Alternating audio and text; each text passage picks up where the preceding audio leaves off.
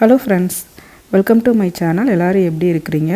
இன்றைக்கி ஒரு Sunday vlog தான் எடுக்க ஆரம்பிச்சிருக்கேன். சண்டே ஆஃப்டர்நூன் சமையலில் இருந்து எடுத்துக்கிட்டு இருக்கேன். ஹஸ்பண்ட் கிச்சன் க்ளீன் பண்ணிவிட்டு மட்டன் கட் பண்ண ஆரம்பிச்சிட்டாங்க. கை இன்னும் சரியாகாதனால க்ளீனிங்கும் கட் பண்ணுறதும் மட்டும் ஹஸ்பண்ட் தான் பார்க்குறாங்க. நான் குளிச்சுட்டு ரெஃப்ரெஷ் ஆகிட்டு வந்துட்டேன். அவங்க கட் பண்ணி க்ளீன் பண்ணுற நேரத்தில் நான் அரிசி ஊற வச்சுருக்கேன். எப்போவும் ஒரே போலையே மட்டன் கிரேவி இல்லாட்டி பிரியாணியே பண்ணிகிட்டு இருக்கனால இன்றைக்கி கொஞ்சம் வித்தியாசமாக நெய் சோறு வைக்கலான்ட்டு பிளான் பண்ணியிருக்கிறேன். அது கூடவே மட்டன் குழம்புக்கு மசாலா ஃப்ரெஷ்ஷாக அரைச்சி ஊற்றி மசாலா வச்சு வைப்போம் அப்படின்னு சொல்லிட்டு பிளான் பண்ணியிருக்கிறேன். அதனால் பாஸ்மதி அரிசி ஃபஸ்ட்டு ஒரு 2 கப் போல் எடுத்து ஊற வச்சுட்டேன். இன்றைக்கி மட்டன் கட் பண்ணி கொடுத்துட்டாங்க. கட் பண்ணி அவங்களே க்ளீன் பண்ணி தந்துட்டாங்க. அதை ஒரு குக்கரில் சேர்த்துட்டு தேவையான அளவுக்கு எண்ணெய் ஊற்றிட்டு கூடவே மஞ்சத்தூளும் உப்பு மட்டும் சேர்த்து அந்த எண்ணெயிலேயே மட்டனை கொஞ்சம் நேரம் ஒரு 5 to 10 மினிட்ஸ் போல் சிம்மில் வச்சு நல்லா வதக்கி விட்டுட்டே இருக்கணும். ஒரு மூடி போட்டுட்டு குக்கர் வெயிட் போட வேண்டாம். வெயிட் போடாமல் ஒரு மூடி மட்டும் போட்டுட்டு நம்ம ஒரு 10 நிமிஷம் போல் மீடியம் ஃப்ளேமில் சிம்மில் வச்சுக்கோங்க. வச்சுட்டு நல்லா வதக்கி விட்றேன். இங்கிட்டு ஒரு பேனில் மசாலா ஃப்ரெஷ்ஷாக அரைக்கிறதுக்காக ஒரு 2 டேபிள் ஸ்பூன் போல் சீரகம் எடுத்துருக்கிறேன். நான் இன்றைக்கி ஒரு 600 கிராம் மட்டன் போல் செய்கிறேன். அதுக்குண்டான மசாலா தான் சொல்கிறேன். 2 ஸ்பூன் சீரகம் நல்லா கொஞ்சம் பொன்னிறமாக லைட்டாக அந்த வாசனை வர்ற வரைக்கும் வறுத்துட்டு எடுத்து வச்சுருக்கிறேன். 1 ஸ்பூன் மல்லி சேர்த்துருக்குறேன். மல்லி இந்த பேன்லேயே லைட்டாக இந்த மாதிரி நம்ம லைட்டாக டாஸ் பண்ணி எடுத்தாலே அந்த ஹீட்லேயே பார்த்திங்கன்னா நல்லா கொஞ்சம் பொன்னிறமாக ஆகிடும். அதுவும் ஒரு வாசனை வர ஆரம்பிச்சிடும். அந்த வாசனை வரும்போது நம்ம எடுத்து வச்சிடலாம்.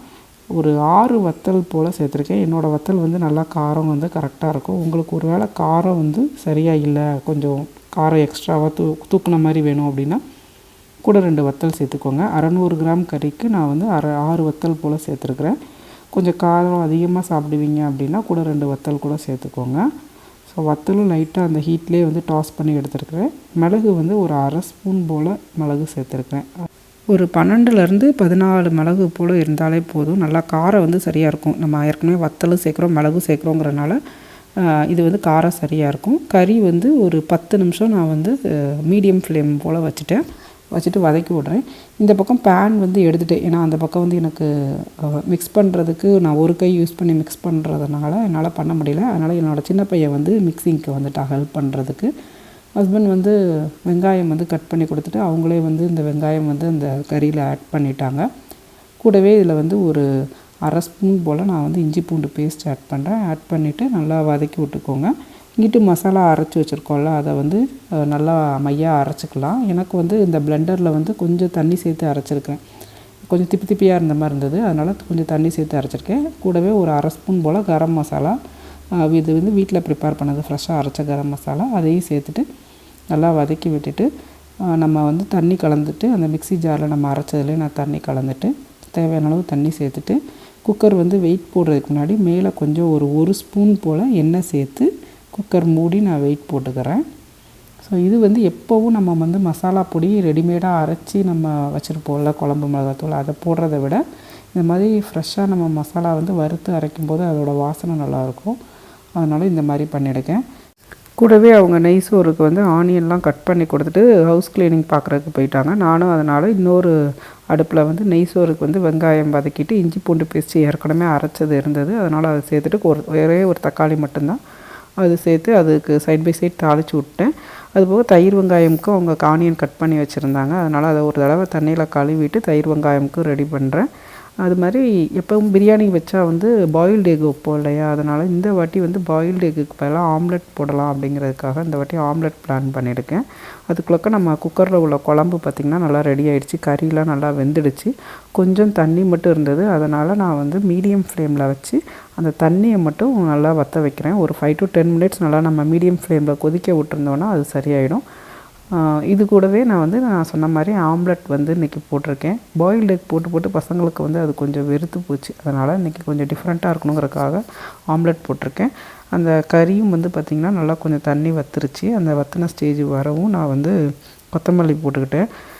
இந்த கன்சிஸ்டன்சியில் எனக்கு கரெக்டாக இருக்கும்னு தோணுச்சு. ஏன்னா நைட்டுக்கு நான் இட்லி மாவு வச்சுருக்கிறேன். அதனால் அது தொட்டு சாப்பிட்றதுக்கு சரியாக இருக்கும்னு சொல்லிட்டு இப்போயும் நம்ம சாதமோட தொட்டு சாப்பிட போகிறதில்ல, அந்த நெய் சோறுக்கு சைடில் தான் வைக்கிறோங்கிறதுக்காக இந்த கன்சிஸ்டன்சிலே நான் ஆஃப் பண்ணிட்டேன். நம்ம நெய் சோறு ரெடி ஆயிடுச்சு.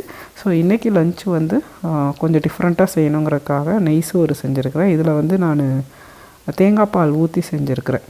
நெய் மட்டும் இல்லாமல் தேங்காய் பால் ஊற்றி செஞ்சுருக்கிறேன். அதனால் இதுவே வந்து ரொம்ப ஃபில்லிங்காக தான் இருக்கும். ஸோ இன்றைக்கி லஞ்ச் நெய் சோறு, எக்கு வந்து ஆம்லெட் போட்டிருக்கிறேன். கூடவே வந்து மட்டன் கிரேவி, நம்ம அரைச்சி விட்டு வச்சா ஃப்ரெஷ்ஷாக வச்சா மட்டன் கிரேவி. லஞ்சு முடித்ததுக்கப்புறமா என்னோடய பெரிய பையனுக்கு வந்து இன்றைக்கி கிரிக்கெட் மேட்ச், ஃபைனல் மேட்ச் இருந்தது. அதனால் ஹஸ்பண்டும் பெரிய பையனும் மட்டும் கிளம்பி போயிட்டாங்க. நானும் என்னோடய சின்ன பையனும் வீட்டிலே ரெஸ்ட் எடுக்கிறதுக்காக, கொஞ்சம் கையும் பெயினாக இருந்ததுனால அவங்க என்னை வீட்டிலே இருக்க சொல்லி என்னை விட்டுட்டு அவங்க 2 பேர் மட்டும் போயிட்டாங்க. இந்த கிரிக்கெட் மேட்ச் வந்து நம்ம எதுவும் பே பண்ண தேவையில்லை. அவங்க கவர்மெண்ட்டாக யாருன்னு தெரியல, சம்ஒன் இஸ் ஸ்பான்சரிங். இங்கே வந்து அண்டர் 12 கேட்டகரியில் ஒரு 3 டீமாக பிரிச்சுருந்தாங்க. அண்ட் அபவ் 12 கேட்டகரியில் ஒரு 3 டீம் பிரிச்சுருந்தாங்க. இவன் வந்து அண்டர் 12 கேட்டகரியில் இருந்தான். இங்கே வந்து 3 டீமில் வந்து 3 டீமோடையும் அவனுக்கு மேட்ச் இருந்தது. எல்லாத்துலேயுமே அவங்க டீம் வந்து தோற்று தான் போச்சு. இன்றைக்கி வந்து ஃபைனல் டே. ஒரு 3 o'clock ஒரு மேட்ச் இருந்தது. அந்த மேட்ச்சில் வின் பண்ணினா ஃபைனல் மேட்ச்சில் இவங்க என்ட்ரி ஆவாங்க. ஃபைனல் மேட்ச் வந்து அதே டேயில் வந்து 4 o'clock கண்டக்ட் பண்ணியிருந்தாங்க. பட் 3 o'clock மேட்ச்சில் இவன் தோற்று போயிட்டான். தோற்று போனதுக்கப்புறம் சும்மா சைடில் இருந்து ப்ராக்டிஸ் பண்ணிக்கிட்டு இருந்தான். அது போக இன்றைக்கி வந்து ஆஃப்டர் 5க்கு அப்புறம் ஒரு ப்ரைஸ் டிஸ்ட்ரிபியூஷன் பார்ட்டி மாதிரி வச்சுருந்தாங்க. இன்றைக்கி ட்ராஃபிலாம் வந்து டிஸ்ட்ரிபியூட் பண்ணாங்க வின்னர் டீமுக்கு. அது போக பசங்க எல்லாருக்குமே வந்து ஒரு கன்சாலிடேஷன் கப்பு மாதிரி ஒன்று கொடுத்தாங்க. அது முடிஞ்சதுக்கப்புறமா ஈவினிங் ஒரு ஸ்நாக்ஸ் பார்ட்டி மாதிரி அரேஞ்ச் பண்ணியிருந்தாங்க. சமோசா, கொஞ்சம் ஆனியன் பஜ்ஜி, பொட்டேட்டோ பஜ்ஜி, ஃபிஷ்ஷில் கூட பஜ்ஜி, அது போக ஒரு கொக்கோகோலா டின்னு இதெல்லாம் வந்து கொடுத்துருந்தாங்க. அவங்க வந்து சாப்பிடாமல் அப்படியே வீட்டுக்கு எடுத்துகிட்டு வந்துட்டாங்க. நானும் சின்ன பையனும் வீட்டில் இருந்தோம். தூங்கி எந்திரிச்சதுக்கப்புறமா அவன் வந்து பட்டர் வந்து எடுத்து வெளியில் வச்சுருந்தான். தூங்குறதுக்கு முன்னாடியே வந்து பிஸ்கட் பண்ணணும் அப்படின்னு சொல்லி கேட்டுக்கிட்டு இருந்தான். நான் வந்து பட்டர் மட்டும் எடுத்து வெளியில் வைக்க சொன்னேன். அவனுக்கு வந்து இன்றைக்கி கண்டிப்பாக பிஸ்கட் பண்ணியே ஆகணும், பட்டர் பிஸ்கட்டு, அதுலேயும் ஒயிட் வித் பிளாக் பிஸ்கட் தான் வேணும்னு சொல்லி கேட்டிருந்தான்.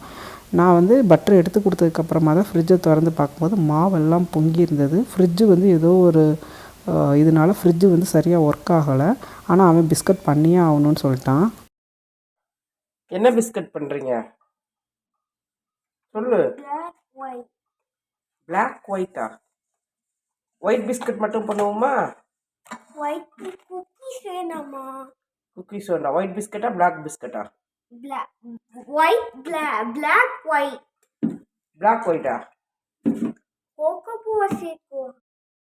அவன் வந்து கோகோ பவுடர் சேர்த்து ஒயிட்டும் பிளாக்கும் ரெண்டும் சேர்ந்து மிக்ஸ் ஆகுற மாதிரி வந்து பிஸ்கட் வந்து கேட்டிருந்தான். எனக்கு கொஞ்சம் டென்ஷனாக இருந்ததுனால பட்டரை மட்டும் எடுத்து அவன்கிட்ட நீ போய் மிக்ஸ் பண்ணுன்னு நான் சைடில் கொடுத்துட்டேன். ஏன்னா மாவு பார்த்திங்கன்னா ஃபுல்லாக பொங்கிடுச்சு. ஃப்ரிட்ஜுக்குள்ளே கொட்டலை, ஆனால் கொட்டுறதுக்கு முன்னாடி நான் பார்த்துட்டேன். அதனால் நான் வந்து மிக்ஸ் பண்ணி இன்னொரு பவுலில் வந்து எடுத்து வச்சேன். அப்புறமா தான் செக் பண்ணால் தெரிஞ்சது ஃப்ரீசர்லையும் பார்த்திங்கன்னா ஐஸ் ஃபுல்லாக மெல்ட் ஆகிருந்தது. ஸோ ஃப்ரிட்ஜு வந்து ஒர்க் ஆகலைங்கிறத பார்த்தோம். ஆனால் ஃப்ரிட்ஜை பார்த்திங்கன்னா நிறைய கண்டென்ட் வந்து வச்சுருந்தோம். மாவு மட்டும் இல்லை, எவ்ரி வீக்கெண்ட் வந்து நம்ம வந்து சாட்டர்டே தான் நாங்கள் வந்து காய் இதெல்லாம் வாங்கி ஃப்ரிட்ஜில் ஸ்டோர் பண்ணுவோம். இன்றைக்கி சண்டே. ஸோ ஃப்ரிட்ஜில் நிறைய ஸ்டோரேஜ் ஐட்டம்ஸ் இருந்தது. அது போக சீஸு, ஜூஸு, சாஸு எல்லாத்தையும் கொண்டு போய் எங்கே வைக்கிறதுனே தெரியல. ஒரே டென்ஷன் ஆகிடுச்சு. சண்டேங்கிறனால நம்ம கம்ப்ளைண்ட்டும் ரைஸ் பண்ண முடியாது இங்கே அப்பார்ட்மெண்ட்டில். ஃப்ரீசர்லேயே மீட்டு, பீஸு, நம்ம ஸ்டோரேஜ் ஃப்ரோசன் ஐட்டம்ஸ்லாம் நிறையா வச்சுருந்தோம். ஸோ சண்டேங்கிறனால கம்ப்ளைண்ட்டும் நம்மளால் ரைஸ் பண்ண முடியாது. நாளைக்கு தான் வந்து கம்ப்ளைண்ட் வந்து ரைஸ் பண்ணணும். அதுக்கப்புறம் அவங்க எப்போ வந்து ரிப்பேர் பார்ப்பாங்கன்னு தெரியாது. இவன் வந்து பட்டர் பிஸ்கட் பண்ணுறதுக்குரிய எல்லா மிக்சிங் ஐட்டமும் எடுத்து கொடுத்துட்டு அவனே வந்து எல்லாத்தையும் மிக்ஸ் பண்ணிட்டான். இங்கிட்ட வந்து ஹஸ்பண்டும் வந்துட்டு கொஞ்சம் ஹெல்ப் பண்ணாங்க. அதனால் கொஞ்சம் அதை ஃப்ரிட்ஜில் உள்ள இதெல்லாம் அரேஞ்ச் பண்ணி ஓரளவு செட்டில் பண்ணிட்டோம். அதுக்கப்புறம் டெய்லி பார்த்திங்கன்னா ஈவினிங் ஏதாவது வந்து ஒரு போர்ட் கேம் விளாடுவோம் பசங்களோட. லீவுங்கிறனால அன்றைக்கி ஒரு போர்ட் கேம் விளாண்டோம். சைட் பை சைடு வந்து நம்ம பிஸ்கட்டும் ஓடிஜியில் வைக்கிறதுக்கு எல்லாமே ஹஸ்பண்ட் ஹெல்ப் பண்ணனால பிஸ்கட்டும் ரெடி ஆகிடுச்சு.